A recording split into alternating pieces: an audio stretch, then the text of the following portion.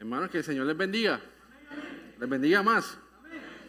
Vamos a darle un aplauso a estos jóvenes, hermanos, que ellos hicieron todo el programa, ellos solitos, no hubo un adulto, ellos simplemente fluyeron y es bueno. Y allá tenemos más jóvenes en las cámaras, así que eso es bueno. Dice su palabra que la juventud es la fuerza de la iglesia. Así que, pues mi nombre es Mario Gómez, para los que no me conocen, sirvo como anciano en esta congregación y también sirvo como un miembro de la Junta de Oficiales. Esta mañana les traigo un tema y tengo, ¿verdad? Una anécdota, porque hace 2 domingos Yamil predicó y cuando Yamil predicaba yo lo escuchaba y decía, pero eso es lo mismo que yo estoy escribiendo. Y ahí pues, ¿verdad? Nos confirma muchas cosas, ¿no? Que su espíritu es uno y que hay algo que Él nos quiere decir. Hay algo que Él quiere que nosotros prestemos atención. Y todo lo que Él lo hace por nuestro bien. Así que permítame orar. Padre, te damos gracias por el día de hoy. Gracias por permitirnos estar aquí juntos como hermanos. Gracias por los jóvenes que estuvieron dirigiendo hoy. Te pido, Padre, que tu Espíritu sea con nosotros. Te pido de que tú nos ayudes a entender tu palabra, de que tú nos redargullas, de que tu Espíritu nos ayude a creer, que tu Espíritu nos abra los ojos, que tu Espíritu nos ayude a entenderte. Te pido de que no sea yo, sino sea tu Hijo en mí. Ayúdame a decir esta palabra, mis hermanos, Padre. En el nombre de tu Hijo amado te lo pido. Amén. En varias ocasiones he tenido la oportunidad de estar con ustedes desde acá. La primera ocasión les hablé de la fe y la obediencia, que era igual a crecer. Y les presenté una ecuación pequeña. Esa ecuación. Luego les hablé sobre su gracia y su favor inmerecido. Como la misma había sido dada en diferentes maneras y los diferentes medios hasta llegar hasta nuestro Salvador. Pues el Maestro ha seguido abordándome en estos temas y contestando muchas preguntas que le he hecho. Hoy quiero presentarles cómo va la ecuación. Y eso es lo que voy a tratar de explicarles esta mañana. Así que tengan misericordia. Así que quiero comenzar con estos versículos. Oseas 14, versículo 4. Yo sanaré su rebelión, los amaré de pura gracia, porque mi ira se apartó de ellos. Lucas 4:22. Todos daban testimonio de él y estaban maravillados de las palabras de gracia que salían de su boca. Y decían, ¿no es este el hijo de José? Juan 1:14. Y la palabra se hizo carne y habitó entre nosotros. Y contemplamos su gloria, como la gloria del unigénito del Padre, lleno de gracia y de verdad. En su palabra encontramos a Pablo, alguien que entendió bien lo que es su gracia, su favor inmerecido.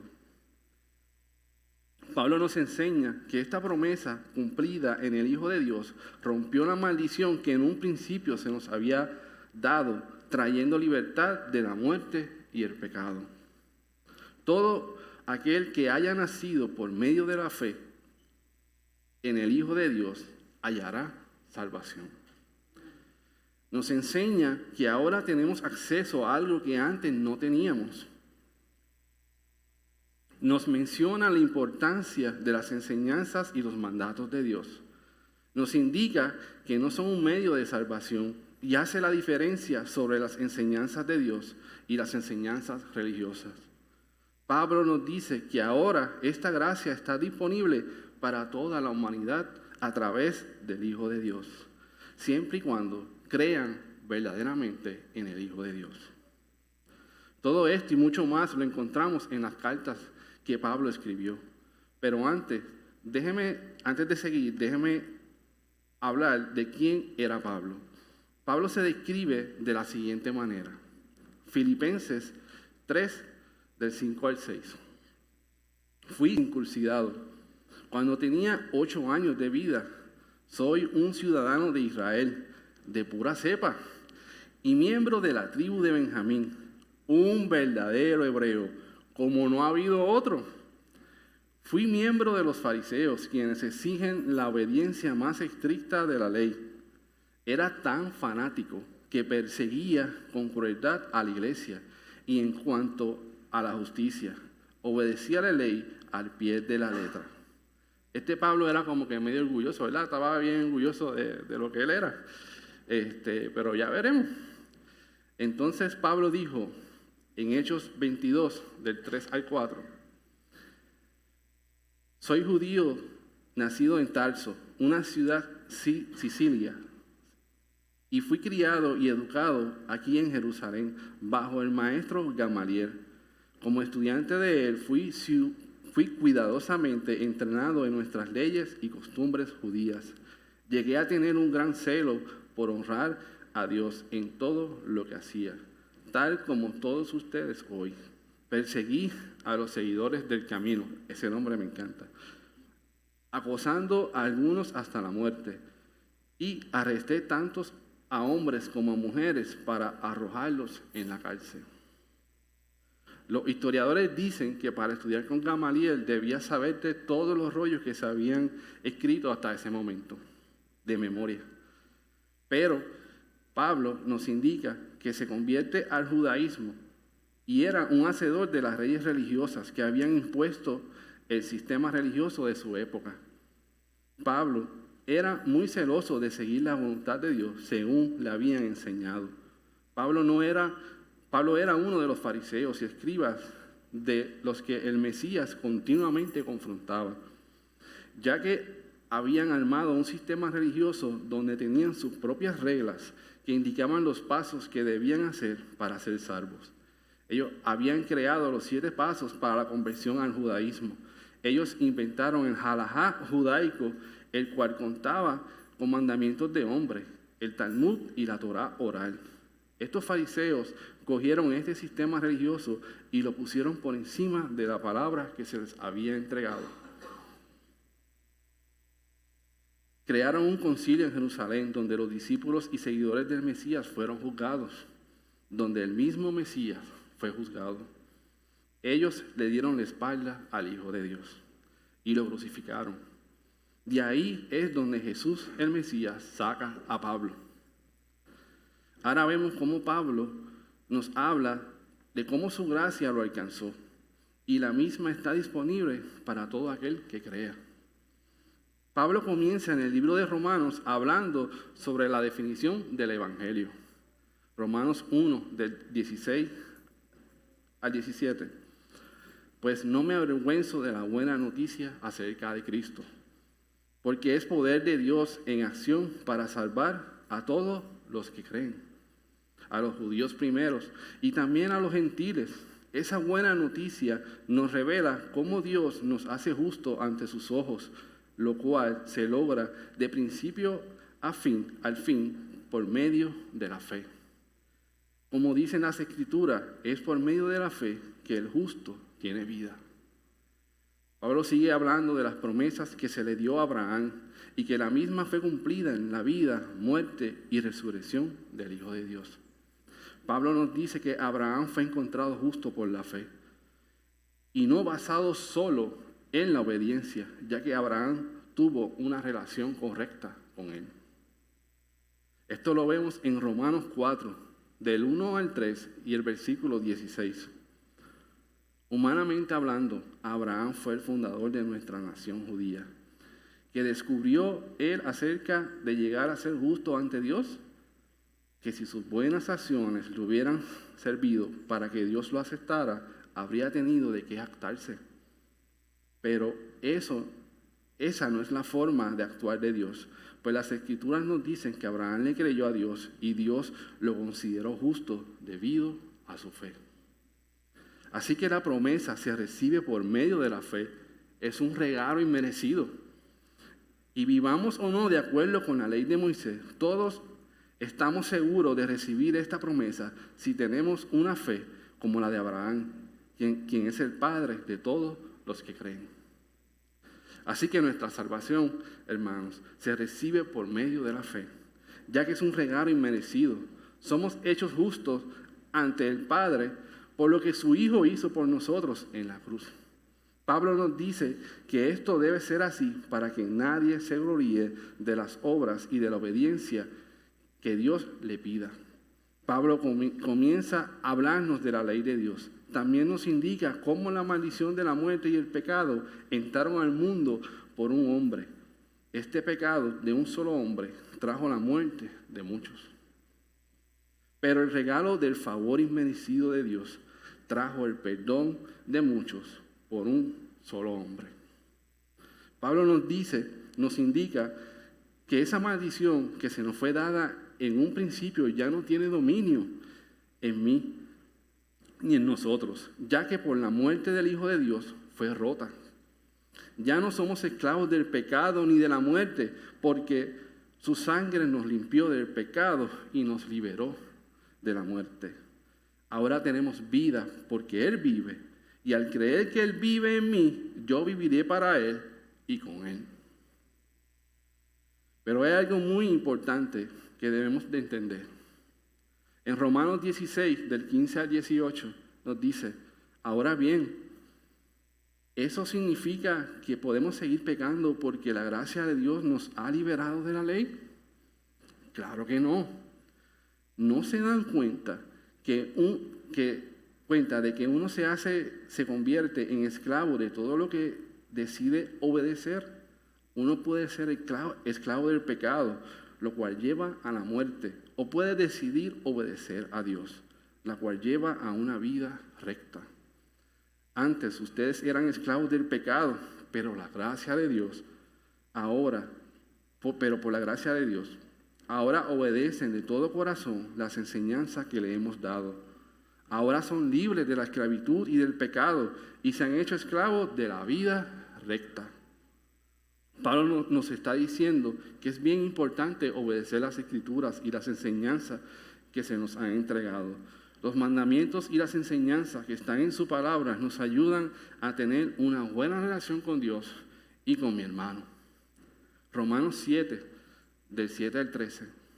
Ahora bien, ¿acaso sugiero que la ley de Dios es pecaminosa? De ninguna manera. De hecho, fue la ley que me mostró mi pecado. Yo nunca hubiera sabido que codiciar es malo si la ley no lo dijera, no codicies. Pero el pecado usó ese mandamiento para despertar toda clase de deseos codiciosos dentro de mí. El pecado no tendría ese poder. Hubo un tiempo en que viví sin entender la ley. Sin embargo, cuando aprendí, por ejemplo, el mandamiento de no codiciar, el poder del pecado cobró vida y yo morí. Entonces, me di cuenta de que los mandatos de la ley que supuestamente traían vida, trajeron en cambio muerte espiritual. El pecado se aprovechó de esos mandatos y me engañó. Usó los mandatos para matarme. Sin embargo, la ley en sí misma es santa y sus mandatos son santos, rectos y buenos. Pero ¿cómo puede ser? ¿Acaso la ley que es buena provocó mi muerte? Por supuesto que no. El pecado usó lo que era bueno a fin de lograr mi condena de muerte. Por eso podemos ver qué terrible es el pecado. Se vale de los buenos mandatos de Dios para lograr sus propios fines malvados. Pablo nos está diciendo que el pecado que está en nosotros utilizó los mandamientos de Dios para juzgarnos y engañarnos y de esa manera matar nuestra fe. Así que el problema está en mí al tratar de creer que estos mandatos y enseñanzas me salvarán. De esta manera, al ver que no podemos cumplir las enseñanzas que que nos dio Dios, constantemente nos frustramos y perdemos nuestra fe. De esa gran mentira del enemigo nos liberó Jesús. Eso es lo que Pablo nos llama a caminar en la carne. No había nada que tú y yo pudiéramos hacer para ser salvos. Solo es por su gracia, hermanos. Pablo va más allá. Dice que estos mandamientos y enseñanzas por sí solas no hacen nada si no tienes fe. Jesús el Mesías nos lo dice él mismo en Mateo 5, del 17 al 20.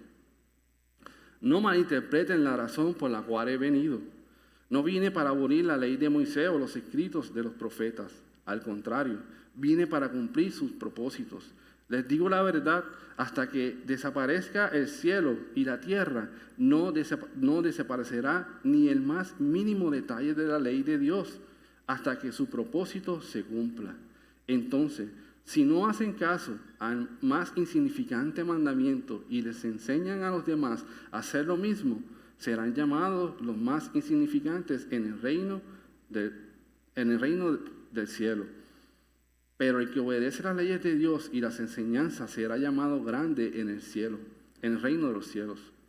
Les advierto, al menos que su justicia supere la de los maestros de la ley religiosa y a los de los fariseos, nunca entrarán en el reino del cielo.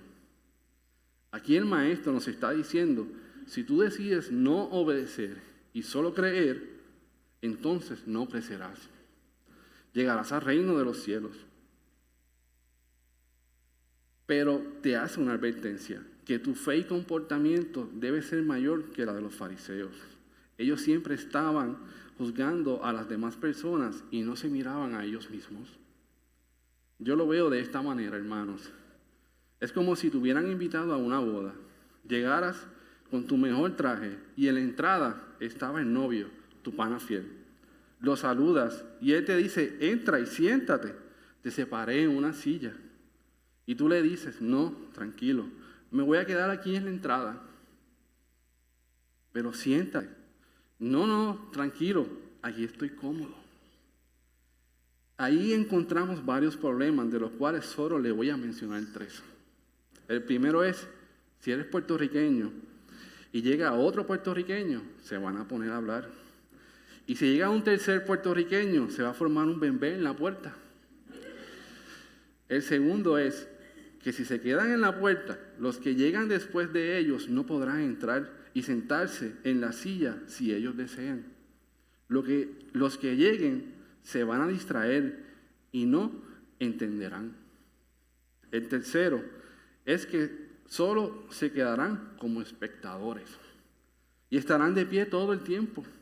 Se cansarán y llegará el momento que no quedarán sillas y se irán de vuelta por donde mismo llegaron. Hermanos, es bien importante en la vida de un creyente el poder diferenciar la obediencia sin la fe de la obediencia desde la fe. Podemos llevar una vida completa en obediencia, pero nunca haber creído. Esto lo vemos claramente en la vida de los apóstoles. Mientras los apóstoles no creyeron en su corazón que el Maestro era el Hijo de Dios, vemos como su falta de fe les traía miedo y no los dejaba ver. Los discípulos obedecían al Maestro en todo. El Maestro les dijo, dejen todo y síganme. Y ellos lo hicieron. El Maestro les decía, vayamos a Jerusalén. Ellos iban. Vayamos a Galilea. Ellos iban.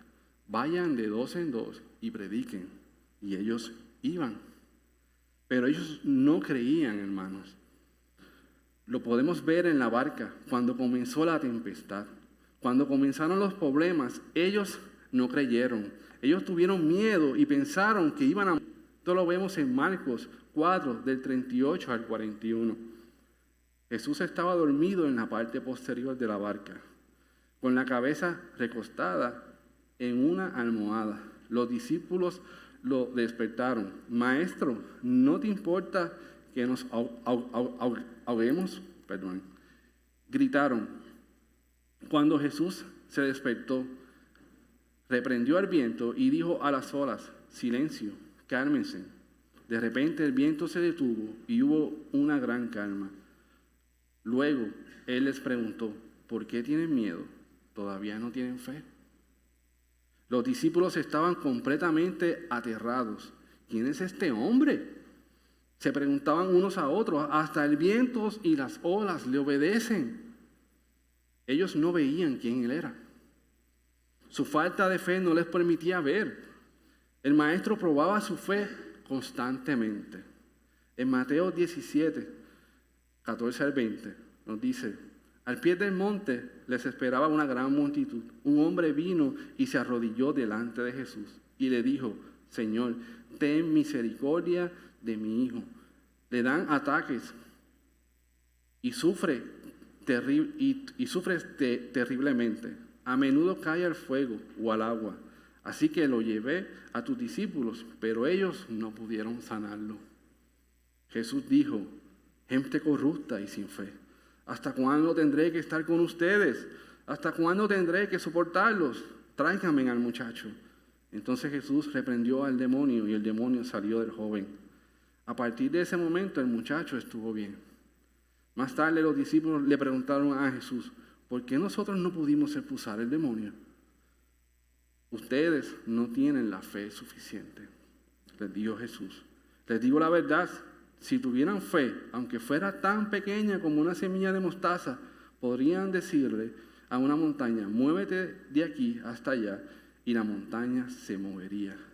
Nada sería imposible. Cuando el maestro murió, todos ellos volvieron de donde salieron. Pedro volvió al trabajo, igual que los demás discípulos. Ellos se desanimaron. Unos se escondieron. Judas cercó. Todo esto porque solo obedecieron y no creyeron. No fue hasta que vieron al maestro resucitado que ellos creyeron. Entonces lo vemos en Lucas 24, del 36 al 46, y dice las Escrituras que ellos creyeron porque el entendimiento se les fue abierto. Luego que creyeron, entonces se les dio el Espíritu de verdad. Fue cuando ellos creyeron que su obediencia había cobrado sentido. Mientras tanto, solo estaban obedeciendo. Hubo una conexión entre su fe y su obediencia, y esa conexión se logró por medio de su Espíritu. Su Espíritu es el medio que Él nos dejó para poder hacer sus obras, para poder unir la fe con la obediencia. Tú y yo solo somos el instrumento que Él utiliza para llevar su voluntad. ¿Y por qué? Para que nadie se gloríe. Entonces, ¿qué es más importante? ¿La fe? No, ambas. Ambas son importantes para la vida de un creyente. Todo comienza con oír la palabra de Dios, porque la fe viene por el oír. Luego que creo quién es Él realmente, entonces mi obediencia sale de un corazón agradecido por lo que Él hizo por mí, porque yo no merecía lo que Él hizo por mí. Con la obediencia aumenta mi fe y me ayuda a creer como creyente. Eso es lo que el maestro hacía con los discípulos constantemente. Él les probaba su fe para que ellos creyeran y vieran quién Él era. Al maestro le interesa que sepamos quién es Él realmente. Vemos como Él le pregunta a sus discípulos: ¿quién ustedes creen que yo soy? En Mateo 16, del 13 al 17. Cuando Jesús llegó a la región de Cesarea de Filipo, les preguntó a sus discípulos: ¿quién dice la gente que es el Hijo del Hombre? Bueno, contestaron: algunos dicen Juan el Bautista, otros dicen Elías, y otros dicen Jeremías, otros dicen algún otro profeta. Entonces le preguntó: ¿y ustedes quién dicen que yo soy? Simón Pedro contestó: tú eres el Mesías, el Hijo del Dios viviente. Jesús respondió: bendito eres, Simón, hijo de Juan, porque mi Padre que está en el cielo te lo ha revelado. No lo aprendiste de ningún ser humano. El Padre le revela a Pedro quién era Él, pero luego más tarde lo niega porque no había creído en su corazón. Para la vida de un creyente es bien importante ambas, la fe y la obediencia. Escuchemos cómo lo dice Santiago en su libro. Amados hermanos, ¿de qué le sirve a uno decir que tiene fe si no lo demuestra con sus acciones? ¿Puede esa clase de fe salvar a alguien? Supóngase que venga un hermano o una hermana que no tiene qué comer ni con qué vestirse, y uno de ustedes le dice: adiós, que tengas un buen día, abrígate mucho y aliméntate bien, pero no le da ni alimento ni ropa. ¿Para qué le sirva? ¿Para qué le sirve? Como puedes ver, la fe por sí sola no es suficiente. Al menos que produzcan buenas acciones, está muerta y es inútil. Ahora bien, alguien podría argumentar: algunas personas tienen fe y otras buenas acciones. Pero yo les digo, ¿cómo me mostrarás tu fe si no haces buenas acciones?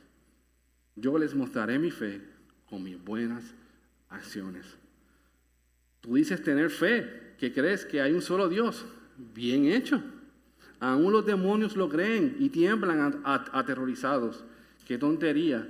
¿Acaso no te das cuenta de que la fe sin obra, sin buenas acciones, es inútil? ¿No recuerdas que nuestro antepasado Abraham fue declarado justo ante Dios por sus acciones cuando ofreció a su hijo Isaac sobre el altar? Ya ves, su fe y acciones actuaron en conjunto. Sus acciones hicieron que toda su fe fuera completa. Y así se cumplió lo que dicen las Escrituras. Abraham le creyó a Dios y Dios lo consideró justo debido a su fe. Incluso lo llamaron amigo de Dios. Como puedes ver, se nos declara justo ante los ojos de Dios porque por lo que hacemos y no solo por nuestra fe. Santiago nos dice lo mismo que Pablo, pero mirando desde la cara de la fe. Entonces, ¿cómo yo logro hacer esto en mi vida? ¿Cómo yo logro unir mi fe con mi obediencia? Lo primero es creer, hermanos. Luego, tener una verdadera relación con tu Salvador. Una vez lo conozcas, entonces su Espíritu te ayudará a obedecer y obedecer desde un corazón agradecido. Pero, ¿qué debo de obedecer? Pues las cosas que te pida y su palabra. En su palabra encontramos todos los diseños y enseñanzas para una vida plena y abundante. En su palabra nos define cómo debo ser con mi vecino, cómo debo ser con mi hermano, cómo debo ser como empleado, cómo debo ser como jefe, cómo debo ser con mi esposa, cómo debo de tratar a mis hijos. En su palabra está el diseño del matrimonio, la definición de un hombre, la definición de una mujer. En su palabra está quién es Él. Y todo esto lo logras por su Espíritu, y su Espíritu es dado por gracia. ¿Y qué pasa si fallo en el intento? Pues seguir intentando. Él no vino a condenarte, sino a ayudarte a creer. Sus enseñanzas y mandamientos no fueron dadas para condenar al mundo. Jesús es el verbo, la acción, el logo, la representación del Padre. Y Él dijo que Él no vino a condenar al mundo, sino a salvarlo. Lo dijo de esta manera. En Juan 12, de 46 al 50. Yo soy la luz que he venido al mundo, para que todo el que crea en mí no viva en la oscuridad. El que escucha mis palabras y no las obedece, no soy yo el que lo va a juzgar. Yo no vine a juzgar el mundo, sino a salvarlo. El que me rechaza y no obedece mis palabras, tiene quien lo juzgue. La palabra que yo he hablado será la que lo juzgue en el día final. Yo no he hablado por mi propia cuenta. Ha sido el Padre que me envió el que me ordenó qué decir y cómo decirlo. y sé bien que sus mandamientos es vida eterna. Así que todo lo que les he dicho es lo que el Padre me ha ordenado decir. El Maestro nos está diciendo que no está aquí para juzgarnos, sino para enseñarnos a caminar en la voluntad del Padre. El día del juicio final es luego de que su reino sea establecido y pasen los 1000 años. Entonces estaremos ante un juez y un abogado, el Padre y el Hijo. Y mientras ese día llega, Él estará con nosotros para perdonarnos y ayudarnos a creer.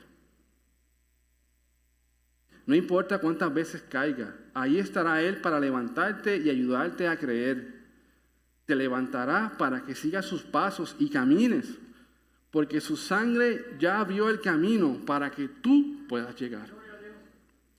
Ahí es donde Él te dice, es que no es con tus fuerzas, no es con tu conocimiento, mas si no es con mi Santo Espíritu y mi gracia que lo vas a lograr. Soy yo el que te sostiene, soy yo el que te guía. Déjame crecer en ti para mostrarte mi verdad, la cual te hará libre. Pablo entendió esto, hermanos. Pablo caminaba en su voluntad. Pablo creció en la fe y creció tanto en la fe que él nos dijo, imítenme a mí como yo imito al Mesías.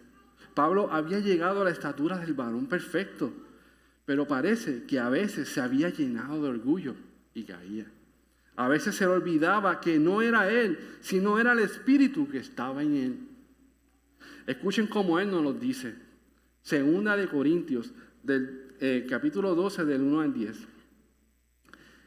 El gloriarse es necesario, aunque no es provechoso. Pasaré entonces a las visiones y revelaciones del Señor. Conozco a un hombre en Cristo que hace 14 años, no sé si en el cuerpo, no sé si fuera del cuerpo, Dios lo sabe, el tal fue arrebatado hasta el tercer cielo. Y conozco a tal hombre, si en el cuerpo o fuera del cuerpo, no lo sé, Dios lo sabe, que fue arrebatado al paraíso. Y escuchó palabras inefables que al hombre no se le permite expresar. De tal hombre sí me gloriaré. Pero en cuanto a mí mismo, no me gloriaré, sino en mis debilidades. Porque si quisiera gloriarme, no sería insensato, pues diría la verdad. Mas me abstengo de hacerlo para que nadie piense para que nadie piense de mí más de lo que ve de mí o oye de mí.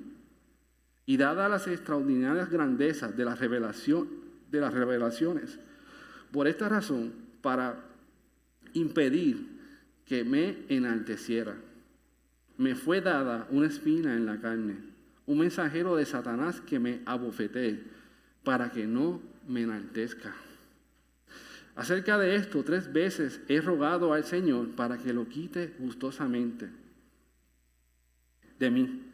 Y Él me ha dicho, te basta mi gracia, pues mi poder se perfecciona en tu debilidad. Por tanto, muy gustosamente me gloriaré, más bien en mis debilidades, para que el poder de Cristo more en mí. Por eso me complazco en mis debilidades, en insultos, en angustias, por amor a Cristo, porque cuando soy débil, entonces soy fuerte. Ahora se las voy a leer en la versión MGR 2022. Es Mario Gómez. Así que permítame.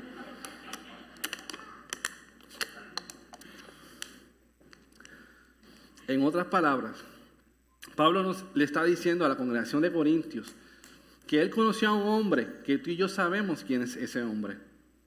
A este hombre se le dieron unas revelaciones y visiones que a ningún hombre se le fue dada, para que yo no me crea el mejor y no me gloríe de lo que yo hago, sino de lo que Él hace en nosotros.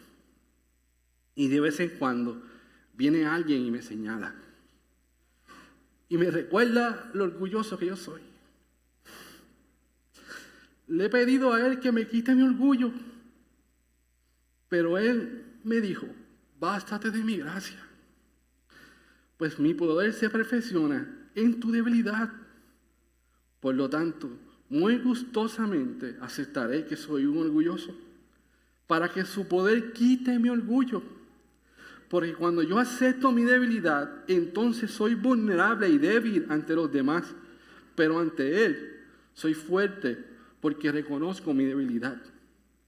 Y Él puede trabajar en ella. Que me insulten, que me cancelen, que me persigan y sufra por su amor. Porque cuando yo soy débil, yo me hago fuerte en Él. Juan 3:30. Es necesario que Él crezca y que yo disminuya. Mientras nuestra fe aumenta a causa de nuestra obediencia a Él, Él crecerá en nosotros. Juan 1, Primera de Juan, capítulo 2, del 3 al 6. Podemos estar seguros de que conocemos a Dios si obedecemos sus mandamientos. Si alguien afirma, yo conozco a Dios, pero no obedezco a los mandamientos de Dios, es un mentiroso y no vive en la verdad. Pero los que obedecen la palabra de Dios demuestran verdaderamente cuánto lo aman. Así es como sabemos que vivimos en Él. Los que dicen que viven en Dios deben de vivir como Jesús vivió.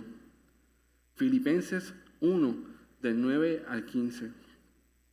Le pido a Dios que el amor de ustedes se desborde cada vez más y sigan creciendo en conocimiento y en entendimiento.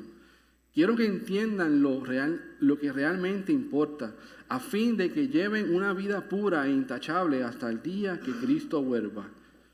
Que estén siempre llenos del fruto de la salvación, es decir, el carácter justo de Cristo que produce en su vida, porque esto traerá mucha gloria y alabanza a Dios. Hasta aquí, hermanos. Hasta aquí podemos entender que vivir una vida solo en obediencia no me lleva a ningún lado. El tratar de ser bueno y aparentar algo que no soy solo produce muerte. El vivir una fe de solo fe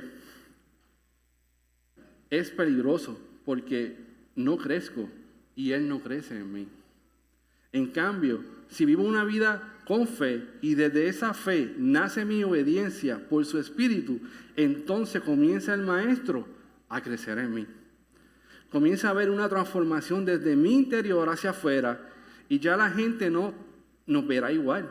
Notará que ahora somos otra persona porque hemos nacido de nuevo. Llegará el día en que podremos decir, ya no vivo yo, sino Cristo vive en mí. Es un proceso, hermanos. Es un proceso que es desde la gracia a la fe, de la fe a la obediencia, a través de su Espíritu. Y es una y otra vez, una y otra vez. Por eso Pablo continúa hablándonos en Romanos 8 de vivir una vida en el Espíritu. Ahí es donde yo me encuentro en estos momentos. Le he preguntado al maestro, ¿cómo hago eso? Suena bonito, pero ¿cómo yo llego a lograr eso en mi vida? Pero eso es otro tema. Que ya les dejaré saber lo que el maestro me contesta en otra ocasión. Y ahora debemos de preguntarnos, ¿cuál es la base de nuestra fe? ¿Nuestra fe está basada en el sistema? ¿Nuestra fe está basada en el gobierno? ¿Nuestra fe se basa en lo que tenemos? ¿En lo que podemos lograr? ¿En lo exitoso que somos? Hace poco escuché la historia de este hombre británico, George Muller. A la edad de 17 años fue a prisión. Su padre lo mandó a estudiar divinidad en la universidad para que lograra una posición lucrativa dentro del credo. Muller conoció al maestro de verdad y decidió vivir una vida basada en la palabra. Él y su esposa comenzaron a cuidar niñas huérfanas basados en el Salmo 68:5. Padre de los huérfanos, defensor de las viudas, este es Dios, y su morada es santa. Muller puso su fe en esto y nunca pidió ayuda para sostener a los huérfanos.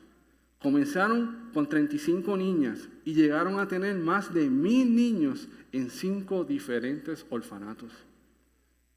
En varias ocasiones se vieron sin alimentos, pero Muller tenía fe en quien había creído. Hacía una oración recordando al Padre su promesa y a los minutos llegaba el alimento. Se decía que Muller pasaba mucho tiempo orando y leyendo su palabra. Él cuenta que leyó su Biblia más de 200 veces, de tapa a tapa. Muller se hizo famoso en Inglaterra por su fe. Tanto fue su fama que un día la reina de Inglaterra fue a visitarlo. Muller se encontraba orando. Así que le pidió que le dijeran a la reina que pasara luego, porque él estaba hablando con el Rey de Reyes y con el Señor de Señores. Antes de morir, le preguntaron qué le gustaría hacer si tuviera más tiempo. A lo que él contestó, leer más la Biblia, porque conozco poco aún de la excelencia del Mesías. Muller tenía una relación verdadera con su Salvador. La fe de Abraham reposó en la promesa y el pacto que hicieron con él. Abraham nunca vio la promesa de la tierra y su descendencia como la arena del mar mientras tuvo vida, pero nunca perdió la fe, sino que siguió caminando y obedeciendo a Dios. Hermanos, a nosotros también se nos entregó una promesa y se nos dio un pacto. Este pacto fue sellado con la misma sangre del Hijo de Dios. Y esta promesa que se nos entregó es su regreso. Nuestra fe debe estar basada en esa promesa. Nuestra fe debe estar basada en esta promesa. No se nos puede olvidar. Aunque no lo veamos, debemos de enseñarlo a nuestros hijos, para que nuestros hijos se lo enseñen a sus hijos. Esto es fe, porque la fe es la certeza de lo que se espera, la convicción de lo que no se ve. Cuando creemos en esta promesa, entonces tenemos acceso a las otras promesas que Él nos ha dado. Hermanos, para poder llevar una vida de creyente, debemos de creer cada día más. Nuestra dependencia de Él debe ser mayor cada día. Debemos de tener una relación verdadera con nuestro Salvador para que podamos conocerlo como Él es realmente. ¿Qué quiere Él de mí y cuál es su voluntad para mi vida? Pero si no sacamos tiempo para conocerlo y hablar con Él, entonces, ¿cómo le vamos a creer? ¿Cómo vamos a creer a alguien que no sabemos quién es realmente? ¿Cómo tu fe va a crecer? ¿Cómo vas a conocer lo que Él pide de nosotros? Pablo nos lo menciona de esta manera en Efesios 4, del 13 al 15. Hasta que todos lleguemos a la unidad de la fe y del conocimiento pleno del Hijo de Dios, a la condición de un hombre maduro, a la medida de la estatura de la plenitud de Cristo, para que ya no seamos niños, sacudidos por las olas y llevados de aquí para allá, por todo viento de doctrina, por la astucia de los hombres, por las artimañas engañosas del error, sino que hablando la verdad en amor, crezcamos en todos los aspectos en aquel que es la cabeza, es decir, Cristo. No hay manera de que podamos lograr esto, hermanos, al menos que tengamos una relación correcta con nuestro Salvador. ¿Sabías que el nombre propio de Jesús es Yeshua? Y su significado es salvación. No descuides tu salvación. No descuides tu relación con Él. Él quiere crecer en nosotros para que estemos con Él por toda la eternidad. Es tiempo de que fortalezcamos nuestra relación con nuestro Salvador. Él quiere revelarse tal como es Él. Él quiere que lo conozcamos en plenitud. Él quiere mostrarnos su verdad para que nadie nos engañe con doctrinas falsas. En Apocalipsis 14:12 nos dice: aquí está la perseverancia de los santos, que guardan los mandamientos de Dios y su fe en Jesús. En la fe hay salvación. Y en la obediencia hay bendición. Hasta aquí mi parte, hermanos. Que el Señor les bendiga.